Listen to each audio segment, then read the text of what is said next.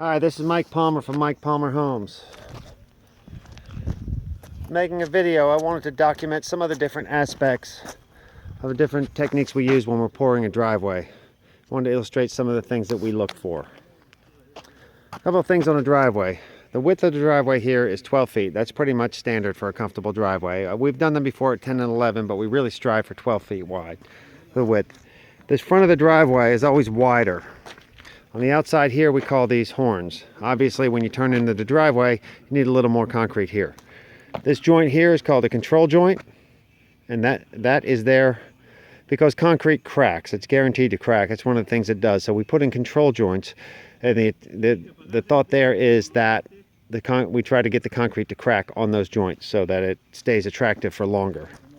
You see down there, see that long broom there? Our friend Noel is putting a broom finish on there, and they just kind of have to pick the right time to do it. When the concrete's too wet, they still have to wait, but when it gets to a certain consistency, they put that broom finish on there, and then they go back over the edge here for this decorative picture framing. They just take a trowel, they run that pattern there on the edge after they broom finish it, and it gives it that curved edge and that picture frame look. Anyway, about every 12 feet we're putting control joints. That's pretty much your standard width on them. Anything more than that, you can start to get cracks in between. Also, this board here on the front. Now, I've seen some bargain concrete installers a lot of times skip this step, but I think it's really important because what we actually do is put a straight board. We make a slight cut in the asphalt, so we have a nice deep spot, so concrete can be nice and deep right at the entrance here. Otherwise, you can get more cracking on it, and it makes it for a much more attractive, neat line here, right at the entrance to your driveway. Let's see. Underneath here, we put a gravel base, and if you can see over here, there's a piece of steel over there. That steel mesh that goes on the ground underneath the concrete, so it reinforces the concrete from underneath to try to minimize any cracking you get in the future. You can never guarantee that you won't have any cracks, but we put lots of control joints in order to keep that to a minimum. You can see they're also in the sidewalk there. Now here, in this home, we put a lot of nice radiuses and curves in there, just give it a more decorative look and add more interest to your flower beds. All right, now actually typically with a side entry garage, we go 24 feet out. But this particular customer has a lot of trailers and different things they like to park there, so they added some more concrete on here. It's never cheaper to do it than when you're building a house. So we try to keep the cost down to a minimum for them so that the expense won't be too great, because if you don't do it now, sometimes if you plan to do it later, sometimes later never comes. Anyway, you see here the pitch slope away. That is crucial to get that right, because otherwise you can have standing water.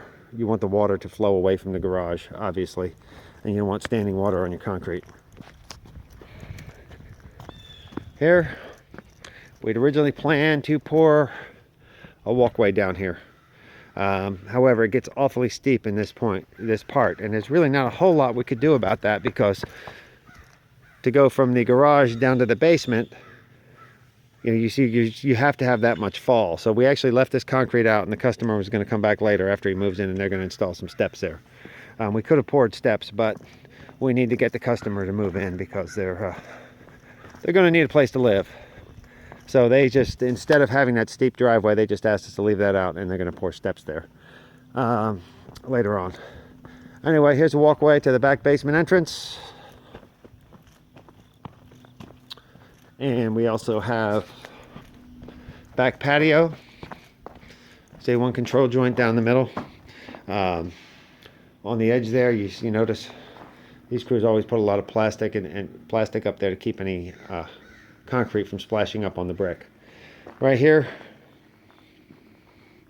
this is something we opted to pour the concrete around this, but you almost always will get some cracking here. Just that small piece of concrete, you just really can't avoid it. So we put a piece of steel in there so that if it does crack, it's not going to fall out.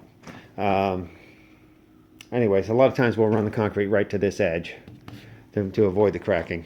However, we put steel around there, so I think it will be kept to a minimum if it does happen. Anyway, So those are some of the things we look for and some of the things we take into account when we're pouring concrete. We appreciate you watching our video. If you have any questions, please contact us at the number below.